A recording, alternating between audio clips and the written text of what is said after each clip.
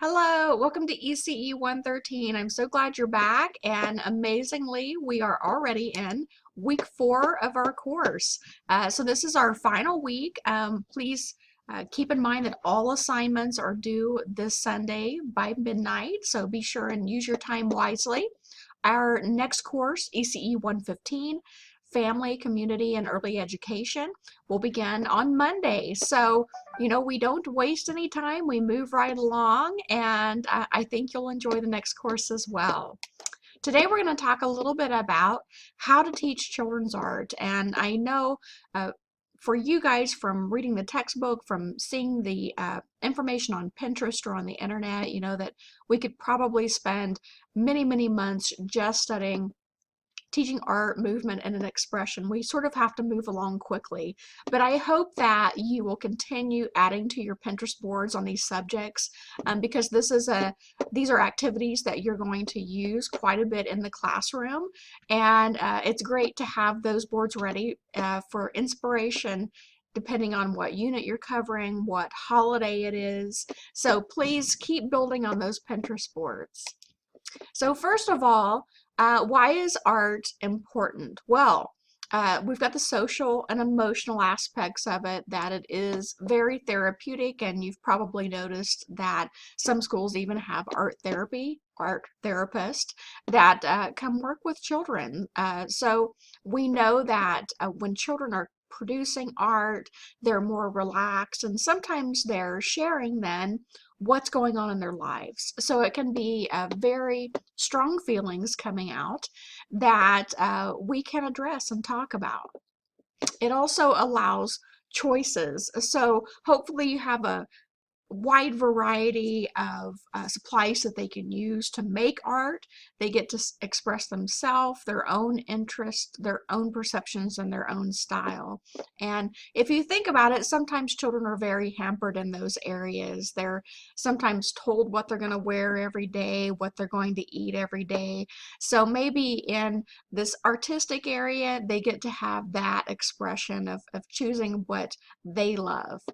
It also gives them a sense of pride and accomplishment and sort of, look what I did, isn't this awesome? But what if they ask you to do the art for them? This comes up sometimes, especially when the children are getting older and more self-conscious of what they're producing. It's important that we still step back and say, no, this is your art. You're producing it, not me. And we want to see your creativity. So don't give in to that. Next, intellectual development, awareness of appreciation of body, the beauty of the visual world. Art is a record of growth and the children's unique way of relating to the world. Of course, a fantastic thing to save is a few pieces of art from each year.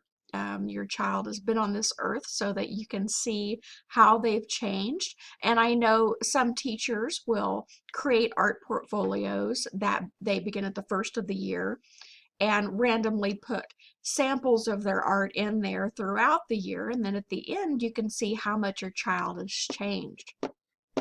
Sensory experiences help with intellectual development, and heart helps organize and understand the world. So they're understanding more about different colors, of course, are basics, but also line and shape and form and texture and size. So we're learning so much more than just creativity.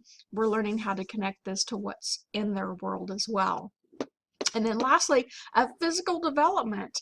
Art is a fantastic way to work those fine motor skills, those small muscles that are going to be used so much throughout their school career. So paintbrushes, crayons, and scissors are great ways to work those muscles. Also, it's important that we allow them rest time. Sometimes we don't want art to be forced. We don't want them to have to complete. Sometimes those little fine muscles are going to get tired and they need to do something different for a little bit because their hand hurts. That comes up. So we do want to build the muscles, but we don't want to push them to exhaustion. Let's look a little bit at stages of art. This is probably my favorite stage, scribbling. Eyes and hands must work together in this stage. And so they're not just moving their hand back and forth, they're also using their eyes to trace their hand movement. So you've got two different aspects there. Begins at about 18 months. I've seen this happen earlier, usually with zigzags or just scribbles. By 3, they are using shapes in scribbling. So over here we've got, I think, a couple bunnies. I'm pretty sure. I would have the child describe it for me. So in that way, I wouldn't guess wrongly. We don't want to do that either. We also have pre-schematic. Basic forms such as circles, ovals, lines, rectangles, and squares. At about 3 to 4 years of age, their art, their drawings become things that we can recognize. If we look a little long enough, give it some time, and if we can't recognize it, we're going to ask them to describe their drawing to us. But here you can see there's definitely people on the left, and might be wearing dresses, not sure. Those might be thought bubbles above their head, not sure. And then I'm guessing that's the Easter basket on the right. So we can begin to understand that they represent things in pre-schematic. Next we have schematic or pictorial at about age 4 to 7. So even more lifelike, representing forms. They're combining their basic forms that they learned early on to make symbols, to recreate what they're seeing. So it's a great way for them to communicate through their drawing. At about 4 to 7 years old is a great time for that art therapy if it's needed. So we've got a boy or a girl, we're not sure, going down a slide. We've got the sun in the corner, and this person is wearing a hat, gloves, and shoes. And we can tell those really stand out by the different colors they used too. And here we've got a vehicle that has, looks more like a door of a house, but that's okay. And that might be a nose on the front of the car. And somebody's inside at that back window. But we also have a little more complex sun. We've got a tree and birds in the sky and clouds in the sky. So you guys may or may not remember when you drew those same birds and that same type of cloud. It's kind of like a walk down memory lane sometimes. And lastly, we have realism. At about 9 years old, smaller, more details. They put a lot more of themselves into their art, a lot more tiny details than we've seen before. So for example, if you look on the left, we've got Halloween time, we've got thought bubbles up above, we've got stars this time, and a dark sky, and dark clouds, and a bat by the moon. So we can really tell what's going on there. And then this little dog on the right, we've got 4 legs, a tail, ears, eyes, nose. I'm not sure. It looks like something's happened to his arm maybe, so or to his leg. So he's got maybe a bandage going on there. So we can really tell what they've drawn. We're no longer questioning what's going on there. But what we see at this stage too is they don't want to show their work as much. They get a little discouraged if somebody makes a comment about their work. So they're becoming more aware to someone else's work being better or worse than theirs. They become a little shy showing their work. At this stage, sometimes we see kids that still draw, but they do it when they're alone. So the best thing you can do here is just provide a supportive environment in which everyone's art is appreciated. We don't want them to force them to show their art, but maybe they will get to pick out what they think is their best to put up on the wall or to show at parent-teacher meeting, whatever it might be. So we want to encourage them. How to teach art. Provide lots of materials. We want those materials out and ready to be used. Show children how to use the materials. So it's important that we don't just have scissors out. We show the correct way to use scissors. We talk about scissor safety, very important. Provide a variety of drawing tools.